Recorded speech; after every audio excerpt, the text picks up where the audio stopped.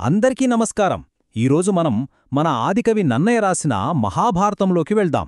అందులోనూ ఒక ఉత్కంఠభరితమైన ఘట్టం కుమారాస్త్ర విద్యా ప్రదర్శనం గురించి మాట్లాడుకుందాం. ఇది కేవలం రాకుమారుల స్కిల్స్ చూపించే ఈవెంట్ మాత్రమే కాదు, భవిష్యత్తులో జరగబోయే మహాసంగ్రామానికి పునాది వేసిన ఒక సందర్భం.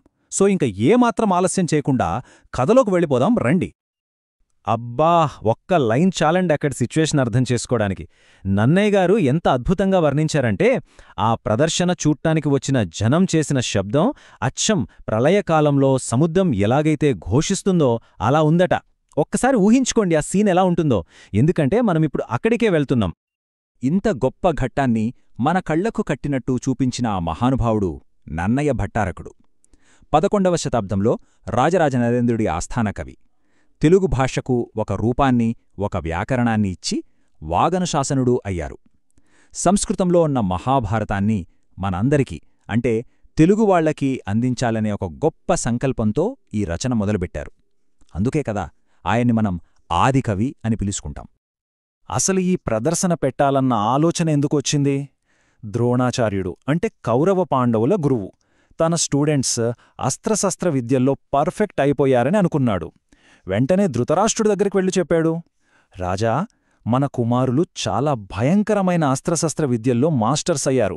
వాళ్ల టాలెంటేంటో, వాళ్ల పవరేంటో మీరంతా చూడాలి కదా అని అడిగారు.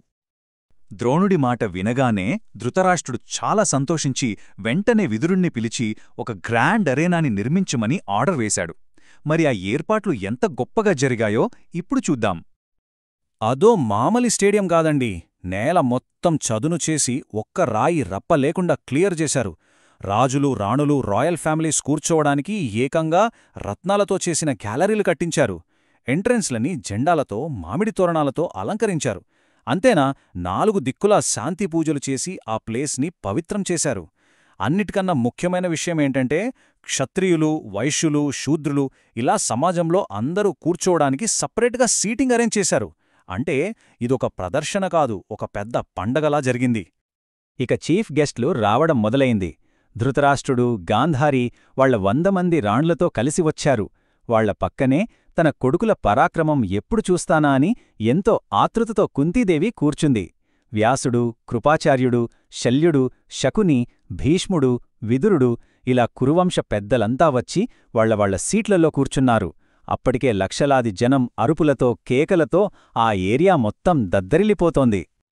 అందరూ అలా ఎదురుచూస్తుండగా white dress, white flowers, white sandal paste, తెల్లటి జుట్టూ గడ్డంతో తన కొడుకు అశ్వత్థామాతో కలిసి ద్రోణాచార్యుడు అరేనాలోకి ఎంటరయ్యాడు. ఆయన తేజస్సు ఎలా ఉందంటే అచ్చం ఆకాశంలో అంగారకుడితో కలిసి సూర్యుడు ప్రకాశిస్తున్నట్టుంది. ఆయన రాకతో ప్రదర్శన అఫీషియల్గా స్టార్ట్ అయింది. ద్రోణుడి వెనకాలే కవచాలు వేసుకుని, చేతులకు లెదర్ గార్డ్స్ కట్టుకుని, బాణాల పుద్దుదులో అద్భుతమైన విల్లులతో రాకుమారులందరూ ఎంటరయ్యారు. వాళ్ల మధ్యలో ఉన్న పోటీ, ఆ రైవల్రీ వాళ్ల ప్రతి మూవ్మెంట్లో, ప్రతి చూపులోనూ క్లియర్గా కనిపిస్తుంది. ఫస్ట్ అందరూ తమ జనరల్ వార్ఫేర్ స్కిల్స్ని ప్రదర్శించారు. కత్తి, ఢాలుతో ఫైటింగ్, మూవ్ అవుతున్న టార్గెట్స్ని బాణాలతో కొట్టడం, గుర్రపు స్వారీ, రథం నడపడం, ఇంకా బల్లెం, గదలాంటి ఆయుధాలతో తమ పవర్ని చూపిస్తూ జనాల్ని బాగా ఇంప్రెస్ చేశారు. ఆ తరువాత అందరి అటెన్షన్ భీముడు, దుర్యోధనుడి మీదకి షిఫ్ట్ అయింది. ఇద్దరూ గదలు పట్టుకొని గ్రౌండులోకి దూకారు. వాళ్లు అచ్చం 2 కొండ శిఖరాల్లా, మదించిన ఏనుగుల్లా ఒకరిమీద ఒకరు పడ్డారు. వాళ్లు నడుస్తుంటేనే భూమి కంపించింది. వాళ్ల గదలు ఢీకొన్నప్పుడు వచ్చిన ఆ భయంకరమైన సౌండ్ ఫ్యూచర్లో జరగబోయే కురుక్షేత్ర యుద్ధానికి ఒక వార్నింగ్లా అనిపించింది. పరిస్థితి చేజారిపోతోందని గ్రహించిన ద్రోణుడు వెంటనే అశ్వత్థామని పంపి వాళ్ళిద్దరినీ ఆపేశాడు. భీమ, దుర్యోధనుల ఫైట్ తర్వాత ద్రోణుడు చాలా గర్వంగా అనౌన్స్ చేశాడు, ఇప్పుడు నా ఫేవరెట్ స్టూడెంట్, ఇంద్రుడి కొడుకు అయిన అర్జునుడి విలువిద్యా నైపుణ్యాన్ని చూడండి అని. ఆ మాట వినగానే ఆడిటోరియం మొత్తం పిన్ డ్రాప్ సైలెన్స్. బంగారు కవచం, ఇంద్రధనస్సులాంటి విల్లుతో, నీలి మేఘంలాంటి శరీరంతో అర్జునుడు అరేనాలోకి అడుగుపెట్టాడు. అర్జునుణ్ణి చూడగానే జనం ఆనందంతో చప్పట్లు, కేకలతో హోరెత్తించారు. అస్త్రవిద్యల్లో ఇతన్ని మించినవాడు లేడు, ధర్మాత్ముల్లో ఇతనే బెస్టు, భరతవంశ కీర్తిని నిలబెట్టడానికే కుంతీదేవికి పుట్టాడు ఈ వీరుడు అని మాట్లాడుకోవడం మొదలుపెట్టారు. ఆ మాటలు వింటున్న కుంతీదేవికి ఆనందంతో కళ్లలో నీళ్లు తిరిగాయి. ఆ ఆనంద భాష్పాలు, ఆమె ప్రేమతో కూడిన పాలధారలు ఒకేసారి జాలువారారని నన్నయ్య అద్భుతంగా వర్ణించారు. ఇప్పుడు అర్జునుడు చూపించింది కేవలం మామూలు ఆర్చరీ కాదు, అవి దివ్యాస్త్రాలు, అంటే ఎలిమెంట్స్ని కంట్రోల్ చేయగల సూపర్ న్యాచురల్ వెపన్స్. అర్జునుడు తన అస్త్రవిద్యని ఎలా చూపించాడో ఇప్పుడు చూద్దాం. చూడండి, ఫస్టు ఆగ్నేయాస్త్రంతో భయంకరమైన మంటల్ని సృష్టించాడు. వెంటనే వరుణాస్త్రంతో దాన్ని ఆర్పేసి నీళ్లను పుట్టించాడు. వాయవ్యాస్త్రంతో భీకరమైన గాలిని సృష్టించాడు. మేఘాస్త్రంతో ఆకాశాన్ని మేఘాలతో కప్పేశాడు. భూమ్యాస్త్రంతో భూమిలోకి వెళ్ళిపోయాడు. పర్వతాస్త్రంతో కొండల్ని సృష్టించాడు. అంతర్ధానాస్త్రంతో సడన్గా మాయమైపోయాడు. ఒకేసారి పొట్టిగా, మరుక్షణమే పొడవుగా, రథం మీద, నేలమీద, గాల్లో, ఇలా చాలా రూపాల్లో కనిపించి అందర్నీ ఆశ్చర్యపరిచాడు. ఈ దివ్యాస్త్రాల తరువాత తన కాన్సంట్రేషన్, ప్రిసిషన్ని చూపించే ఒక అద్భుతం చేశాడు. గాలిలో అటూ ఇటూ వేగంగా కదులుతున్న ఒక ఆవు కొమ్ములోని చిన్న హోల్లోకి 1 కాదు 2 కాదు, ఏకంగా 21 బాణాలని వదిలాడు. ఈ అన్బిలీవబుల్ ఫీట్ చూసి సభ మొత్తం స్టన్ అయిపోయింది. అర్జునుడికి సాటి ఎవరూ లేరని అందరూ ఫిక్స్ అయిపోయారు.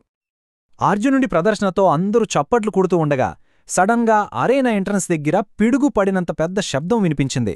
అందరూ షాక్ అయ్యే అటువైపు చూశారు. ఒక అన్నోన్ వారియర్, ఎవరూ ఊహించని ఒక కొత్త ఛాలెంజ్ అక్కడ నిలబడి ఉంది. వచ్చినా యోధుడు కర్ణుడు. సాలవృక్షమంత పొడువుగా, ఉదయిస్తున్న సూర్యుడిలాంటి తేజస్సుతో, పుట్టుకతో వచ్చిన కవచకుండలాలతో, చేతిలో విల్లుతో అద్భుతంగా వెలిగిపోతున్నాడు. అతని ఎపియరెన్స్, అతని కాన్ఫిడెన్స్ చూసి అక్కడున్న వాళ్లందరూ ఆశ్చర్యపోయారు.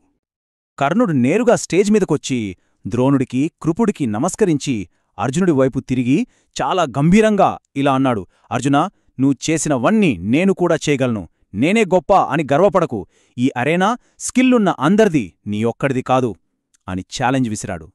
చెప్పినట్టుగానే అర్జునుడు చేసిన ప్రతి ఫీట్ని కర్ణుడు ఇంకా ఈజీగా చేసి చూపించి అందర్నీ మూగబోయేలా చేశాడు. ఇది చూసిన దుర్యోధనుడికి పట్టలేని సంతోషం కలిగింది. అర్జునుడి పొగరు దించగల ఒక యోధుడు దొరికాడని తెగ సంబరపడిపోయాడు. వెంటనే కర్ణుని హగ్ చేసుకుని, ఫ్రంట్, నువ్వు నాతో ఉండు, నా రాజ్యం, నా సంపద నీతో పంచుకుంటా అని స్నేహహస్తం అందించాడు. ఆ క్షణమే మహాభారత యుద్ధానికి ఒక స్ట్రాంగ్ ఫౌండేషన్ పడింది.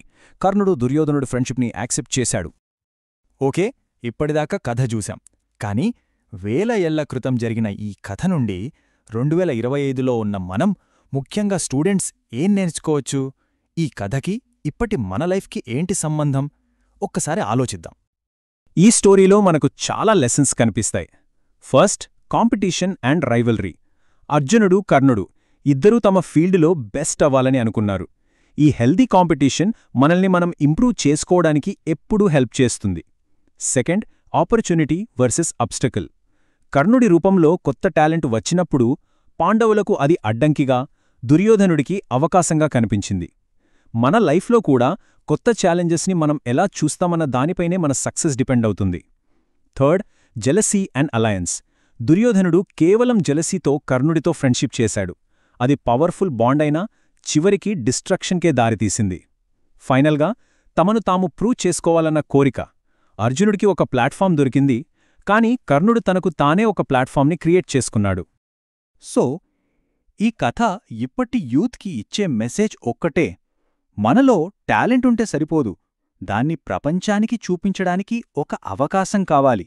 ఆ అవకాశం కోసం వెయిట్ చేయకుండా ధైర్యంగా ముందుకొచ్చి, అవసరమైతే ఉన్న సిస్టమ్ని ఛాలెంజ్ చేసి ఆ అవకాశాన్ని మనమే క్రియేట్ చేసుకోవాలి. కర్ణుడు మనకు నేర్పిన పాఠం అదే. ఈ విశ్లేషణను మనం ఈ యొక్క కీలకమైన ప్రశ్నతో ముగిద్దాం. నిజమైన టాలెంట్కి ఒకరి బ్యాక్గ్రౌండ్, అంటే వాళ్ల పుట్టుక, కులం అడ్డంకిగా నిలుస్తుందా? కర్ణుడి కథ మనకు ఏం చెబుతోంది? ఈ ప్రశ్న మనల్ని ఆలోచింపజేయాలి. మన చుట్టూ ఉన్న సొసైటీలో మనం టాలెంట్కి విలువిస్తున్నామా, లేక బ్యాక్గ్రౌండ్కే విలువిస్తున్నామా? ఒక్కసారి ఆలోచించండి.